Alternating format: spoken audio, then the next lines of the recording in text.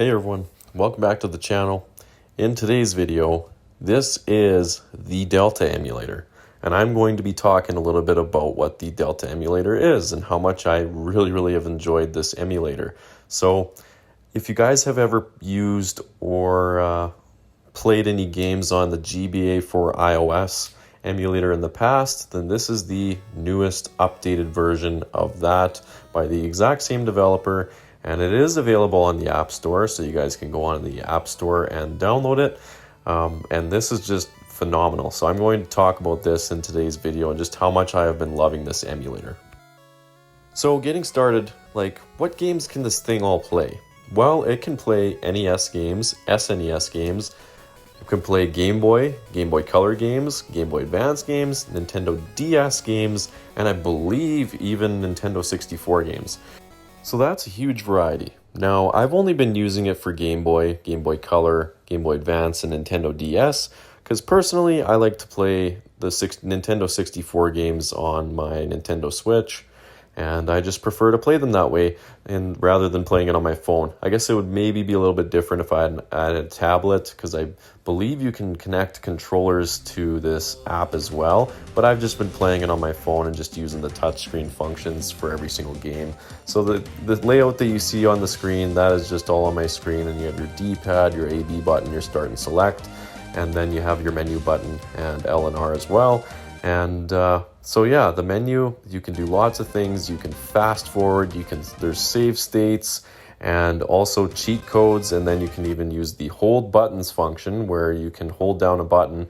So it works pretty good when you're playing Pokemon, and if you're going to be going through a section with a lot of dialogue like at the start of the game, then I just use the hold buttons to hold down the A button, so I could just use fast forward and the A button hold down to just rip through the start of the game and get through everything. But yeah, this emulator has so much to offer. You got save states as well, which just make certain things in some of the older games a lot easier, especially when you're playing a game that has lives or anything, or if you're hitting a difficult part of the game, then you can always save state and then just load it until you finally get through a part in an older game, because some of these older games definitely had their difficult parts, that's for sure. But yeah, as you guys can see, it plays all these games really good, and I just wanted to show you guys multiple examples of it playing multiple games super smooth.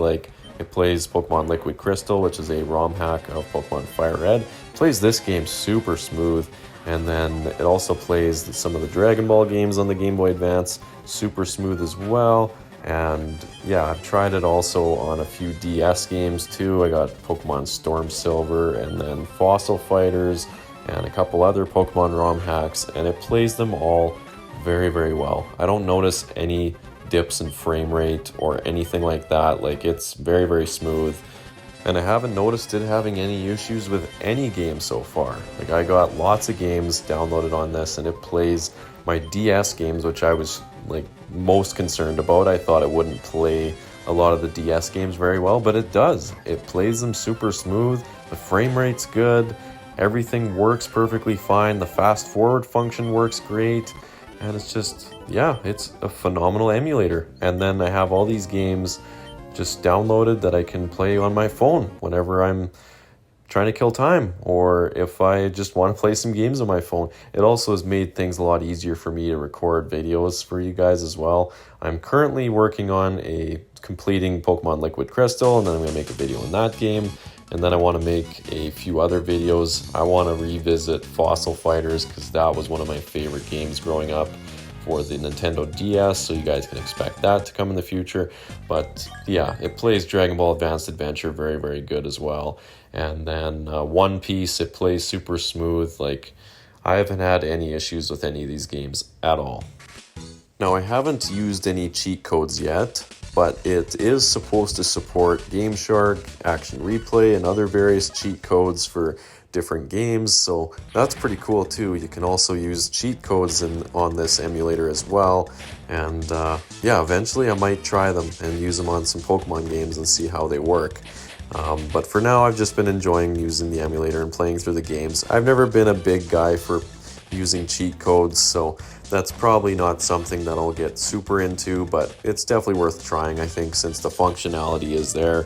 But for myself, I've always liked playing through a game the old-fashioned way. I don't like cheating, so that's just the way I go about playing my games. But if you guys enjoy playing games with an enhancement of cheat codes, then you have that option as well.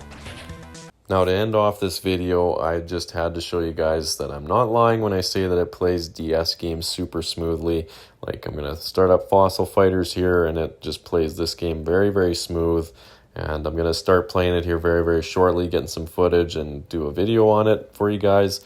And then, yeah, I'm also going to show you guys that it plays Pokemon Storm Silver very smooth as well, because it's good to try it with multiple games, right? There might be some games that are a bit smaller that it plays really, really well, and then there might be some games that are bigger that it doesn't play very, very well. So it's always good to try it with multiple different games just to make sure that the emulator is working good as it should, which it has been. It works great, and I've had only one issue really, which is whenever I'm playing a game for a half an hour, 45 minutes, however long, and then I end up getting busy and I shut off my phone, but the app is still open, and then I come back to it like an hour later or so, then every once in a while it will glitch out and boot me out of the game, or the app will just crash. But that is the only time I've ever had any issues with it crashing. Just a forewarning, if you are going to leave the app, make sure you do save your game. Either use a save state or save your game in-game, and just be aware that if you shut off your phone and leave it for a while and then go back to it, it may crash. That's the only issue I've had with this emulator though. Everything else, it works flawlessly. But yeah, I just wanted to talk about this Delta emulator because it is incredible, and it is the newest updated version of the old GBA for iOS, which I had years ago. The very first GBA for iOS, like I want to say back in like 2014 was when the very first one came out, around there, and I had that one on my old phone a long time ago. So this was really, really cool to get the Delta emulator, which is just a new updated version essentially with more games, more consoles that you can play. And yeah, it works incredible, and it's up on the App Store, so you guys can go download it. But I'm not going to talk about downloading games. That's for you guys to figure out on your own time and do some searches on, so you guys can figure out how to download games for yourselves. But yeah, it is an incredible emulator, and I just wanted to talk about it a little bit since I've been posting shorts and videos using this emulator. So if you guys were wondering what I was recording with, then that's what this is it is the Delta emulator that you can download for Apple iPhones or Apple iPads.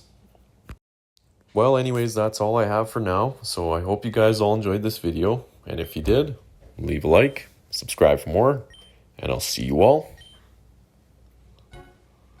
in the next one.